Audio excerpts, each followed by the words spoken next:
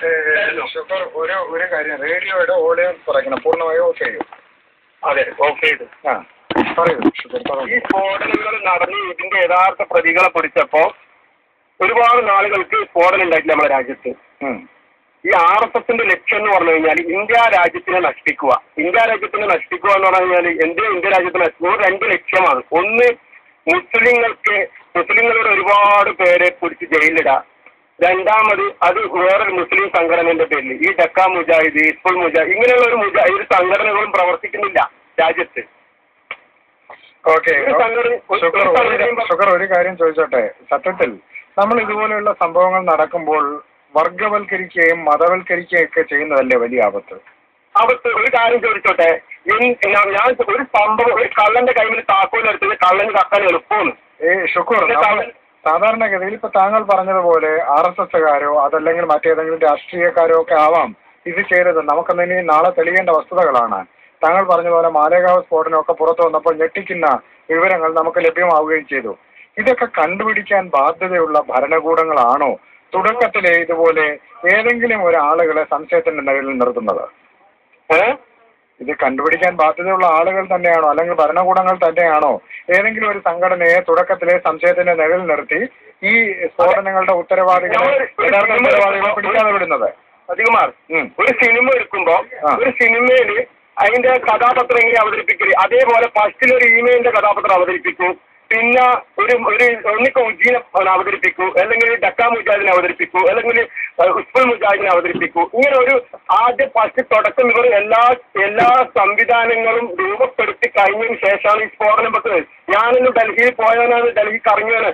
ഈ ഡൽഹിയിൽ എന്ന് പറഞ്ഞ ജനങ്ങൾ എത്രയും കൂടുതൽ തിങ്ങിപ്പാർക്കുന്ന സ്ഥലമാണ് ഡൽഹി. ഡൽഹിയിൽ എന്ന് പറഞ്ഞാൽ ഒരുപാട് അവരെല്ലാം ജീവിതത്തിന് വേണ്ടി നെട്ടോട്ടം ഓടുന്നവരാണ്. രാവിലെ ഒരു 6 മണി 5 മണി തുടങ്ങിക്കഴിഞ്ഞാൽ രാത്രി വരെ പല മേഖലകളിലും ജീവിക്കാൻ വേണ്ടി നെട്ടോട്ടം പോകുന്ന ജനങ്ങളാണ്.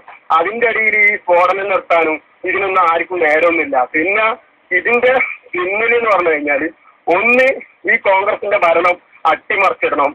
പിന്നെ ഈ BJPക്ക് വീണ്ടും അധികാരത്തിൽ വരണം. ഈ ഇന്ത്യ രാജ്യത്തിന്റെ ശത്രു, ഞാൻ പറയുന്നത് ലാസ്റ്റായിട്ട് പറയാനുള്ളത്, ഏറ്റവും വലിയ ഇന്ത്യന്റെ ശത്രു RSSും BJPയും തന്നെ. ഓക്കെ ഷുക്കൂർ, വിളിച്ചത് സന്തോഷം. നമുക്ക് മറ്റൊരു ശ്രോതാവിനെ ശ്രദ്ധിക്കാം. ചർച്ച തുടരുന്നു. ഹലോ, പ്രഭാതപൂർവ്വത്തിലേക്ക് സ്വാഗതം. ആരാണ്? എന്താണ് പേര്? എന്റെ പേര് റഷീദാണ്. എവിടുന്നാ റഷീദ്? പറയും. എനിക്കിപ്പോ പറഞ്ഞ സുഹൃത്ത് സംസാരിക്കുന്നത് നമ്മളിപ്പോ സ്ഫോടനമൊക്കെ വന്നാലും അങ്ങനത്തെ രീതിയിലൊന്നും സംസാരിക്കാറ്. RSS, പിന്നെ BJP, NDF അതൊന്നും സംസാരിക്കാറ്. നമ്മളെ ഇന്ത്യയിൽ സ്ഫോടനം എന്തുകൊണ്ടാണ്? നമ്മൾ ഇന്ത്യക്കാരാണ്, എല്ലാവരും ഒരുമിച്ച് നിന്ന് സംസാരിക്കണം. അതായത് നമ്മളിപ്പോ സ്ഫോടനം ഉണ്ടാക്കിയത് RSS ആണ്. അങ്ങനെ നോക്കാൻ ഇതിനു മുമ്പ് മുസ്ലിങ്ങളുണ്ട്, കുറെ ചാർത്താൻ കടകളുണ്ട്. ഇപ്പൊ തലയുടെ രാഷ്ട്രീയം അങ്ങനത്തെ ഒറ്റപ്പിടികാരിലായിട്ടുണ്ട്. അങ്ങനത്തെ പിടിച്ചിട്ട് ഇപ്പൊ ജയിലിൽ കെട്ടുന്നുണ്ട്. അതൊന്നും അങ്ങനെയൊന്നും സംസാരിക്കരുത്. ഇപ്പൊ റഷീദ് ഈ സൂചിപ്പിച്ചതുപോലെ തന്നെ ഷുക്കൂറിന്റെ അഭിപ്രായം കേട്ട് ഓരോ മതേതരവാദികളും മാനസികമായി ചിന്തിക്കുന്ന കാര്യമാണ് താങ്കൾ പറഞ്ഞത്. അതുകൊണ്ട് തന്നെ ഷുക്കൂർ അഭിപ്രായം പറയട്ടെ എന്ന് പറഞ്ഞ് ഇരുന്നത് തന്നെയാണ്. കാരണം എല്ലാ കാര്യത്തിൽ RSSകാർ ചെയ്തിട്ടുണ്ടെങ്കിൽ അവരെ പിടികൂടണം, വളരെ അത്യാവശ്യമാണ്. മാലേഗാവ് സ്ഫോടനം പോലെയുള്ള അക്രമ പരമ്പരകൾക്ക് RSSകാർ ഏതെങ്കിലും തരത്തിൽ ഈ പിന്തുണ കൊടുത്തിട്ടുണ്ടെങ്കിൽ അവരെ നിരോധിക്കുകയാണ് ആദ്യം ചെയ്യേണ്ടത്.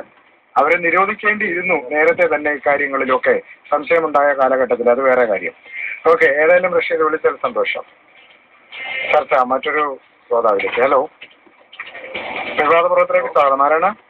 നമസ്കാരം, ഞാൻ രമേശ് ചേർക്കല, ദോഹത്ത്. പറയൂ രമേശ്. ഇപ്പോ ഗഫൂർ ഷാർജിയും സംസാരിച്ച പോലെ ഇത്തരം ഒരു ജീർണതയാണ് നമ്മുടെ രാഷ്ട്രീയത്തിലും ഇന്ത്യയിലും മൊത്തത്തിൽ സംഭവിച്ചിരിക്കുന്നത്. ഈ കഴിഞ്ഞ കുറെ നാളുകളായി പരമ്പരയായിട്ട് ഓരോ സ്ഫോടനം നടക്കുന്നു. ഈ സ്ഫോടനം നടന്നതിന് ശേഷം പ്രതികളെ കണ്ടെത്തി അല്ലെങ്കിൽ ഇന്ന സംഘടനയാണ് എന്ന് പറയുന്നതിനേക്കാൾ ഒരിക്കൽ പോലും ഇന്ന സ്ഥലത്തൊരു സ്ഫോടനം നടക്കാൻ പോകുന്നുണ്ട്, അപ്പൊ അതിനെ പരാജയപ്പെടുത്തി അല്ലെങ്കിൽ ഇന്ന ആളുകളായിരുന്നു അവരെ പിടിച്ചു എന്നുള്ള അവസ്ഥയ്ക്ക് നമ്മുടെ ഇന്റലിജൻസോ നമ്മുടെ രമേശ് അതൊക്കെ നമ്മൾ ശ്രദ്ധിക്കാറുണ്ടോ? പലപ്പോഴും പോലീസുകാർ പിടിക്കുന്നുണ്ട്, അല്ലെങ്കിൽ സൈനിക കേന്ദ്രങ്ങൾ ഇവരെയൊക്കെ പലതരത്തിൽ പിടിക്കുന്നുണ്ട്. അതൊന്നും നമ്മളാരും വളരെ അപൂർവമായി ചില കേസുകൾ അങ്ങനെ പിടിക്കപ്പെട്ടിട്ടുണ്ട്. നമ്മളതൊന്നും, അതായത് ഭീകരസ്ഫോടനം പരാജയപ്പെടുത്തി എന്നുള്ള വാർത്ത ചിലപ്പോ പത്ര സ്ഥാപനങ്ങളോ അല്ലെങ്കിൽ മാധ്യമങ്ങളോ ഒക്കെ ഒറ്റ കോളത്തിൽ നിർത്തും, അല്ലെങ്കിൽ ഒരു ചെറിയ വാർത്തയാക്കും. പക്ഷേ സ്ഫോടനം നടക്കുമ്പോഴാണ് അതൊരു വലിയ വാർത്തയായി മാറുന്നത്. അതെ, അപ്പൊ അതുകൊണ്ട് തന്നെ നമ്മുടെ ഇന്റലിജൻസ് വിഭാഗമൊക്കെ വേണ്ട വിധത്തിൽ പ്രവർത്തിക്കുന്നില്ല എന്ന്